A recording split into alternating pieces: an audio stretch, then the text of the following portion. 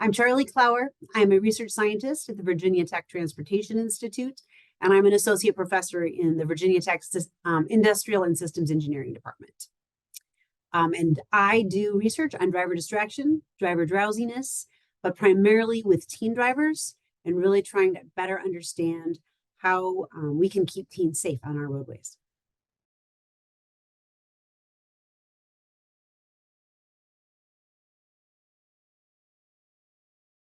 Overall, road fatalities have actually been going up in the last several years, and this is an anomaly amongst developed nations. The United States is not doing very well in this department, and we really need to figure out ways why and reasons why. In particular, we do also see increases in speeding behaviors, aggressive driving behaviors, and impaired driving. And there are a lot of societal and cultural potential societal and cultural issues behind this, one of which is, and certainly during COVID, there was a drop in police enforcement in a lot of these behaviors. That, I believe, is returning, but it's still less than it was prior. And there's a lot of reasons for that. I think some of it is has to do with police officers being a lot of police departments being understaffed, but we really do need a return to safety and driving enforcement in order to get those rates back down.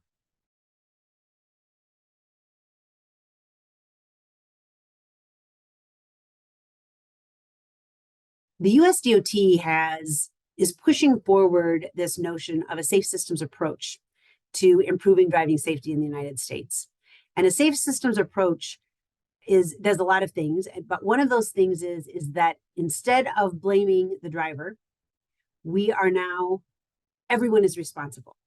All stakeholders are responsible for improving driving safety in the US, not just drivers, but also all of the road users and the traffic professionals and our policymakers and our road designers and our car designers.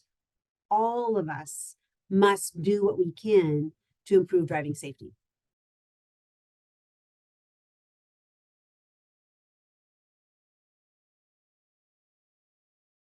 We need to be designing our roadways in such a way that we start to assume that drivers will make mistakes.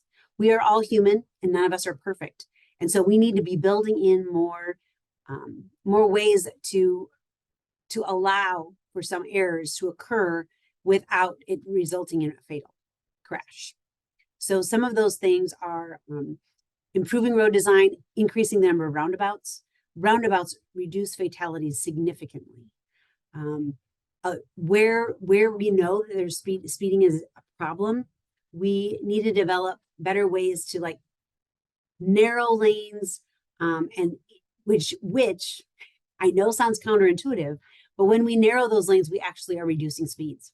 Drivers are not comfortable driving very fast. And when that happens, they also become more attentive.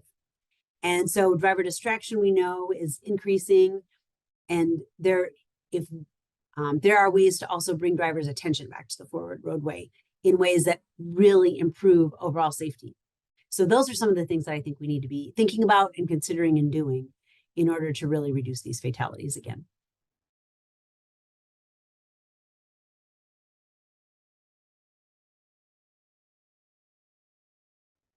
Winter weather does not typically surprise us. We know if a storm is coming. We don't necessarily know the extent or the severity or exactly how much snow we're going to get, but in general, weather forecasters are fairly good at letting us know that we're going to get at least a few inches, or we're going to get maybe closer to a foot, or so forth. So when we're hearing those weather reports, people need to plan. You need to plan for staying off the roadways, especially if there's no real good reason for you to be out there in the first place. So that's the first thing. Plan to stay off the road if you absolutely can. So that's the first thing. The second thing is when we do have really poor weather and poor weather conditions, that you have good tires, you do not have bald tires, that your tires are equipped to maneuver in these types of weather conditions, or else you have chains or something else to help you maneuver through the heavy snow and ice.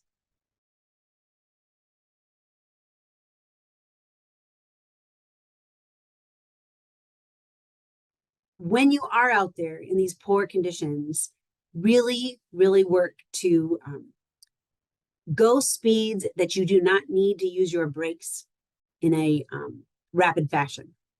So you only go as fast as you need to in order to maintain speed, maintain forward momentum, but where you don't need to slam on your brakes. Certainly going downhill or other places or over overpasses where you know that the roads may be icier. Be very cautious and careful about just driving as smoothly as possible and with no abrupt maneuvers either side to side or with your brake or accelerator. And those types of things will serve you well in those types of conditions.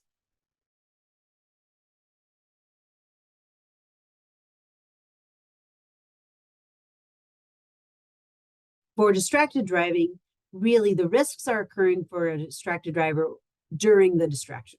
So when they are looking away from the forward roadway, when they're mentally engaging in some other tasks, such as texting or scrolling or searching for something on their phone, when they're in that activity and looking away from the forward roadway, that's when their risks are occurring.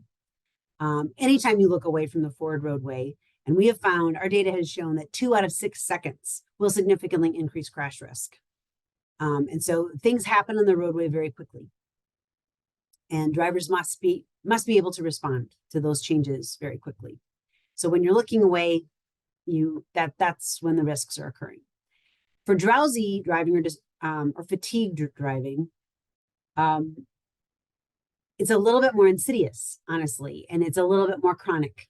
So as drivers become more and more drowsy, their ability to think and even process that they must respond to something slows down.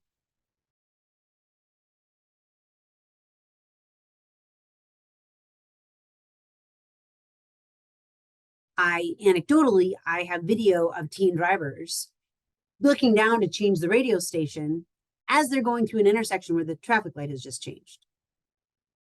I mean, the world is changing and is very dynamic. And so they look down even for, less than a second or certainly less than 2, and they look back up and the world is very different than what they were expecting.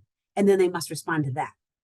So I think that being judicious and understanding when might be a better time to change the radio station or check to see if if someone has called or whatever it may be. There are better times and there are certainly worse times to do that activity. And I think experienced drivers are just better at it.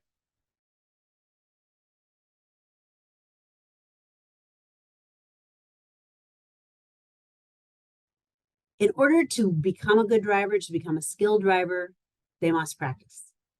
And so we all have to assume and allow for that practice to occur. As parents of teen drivers, one of the most important things parents can be doing is ensuring that their teen is practicing, but in the safest conditions possible. So when a teen driver starts to practice drive, typically parents will take them to a parking lot and then gradually increase their exposure to varying levels of complexity on the roadway. But once a teen starts driving independently, similar behavior should also happen from a parental perspective. So once a teen starts driving independently, they should again back off the types of environments that those teens drive in independently. They should be driving on certain roadways and not driving on very busy highway freeways with high speeds and very quick decision making. They need to kind of come back down a little bit and drive on comfortable roadways, daylight, clear weather conditions, no passengers in the vehicle, not using their phone, just really making sure that those teens are in environments where they can be attentive to the roadway and start to learn where some of those hazards may occur.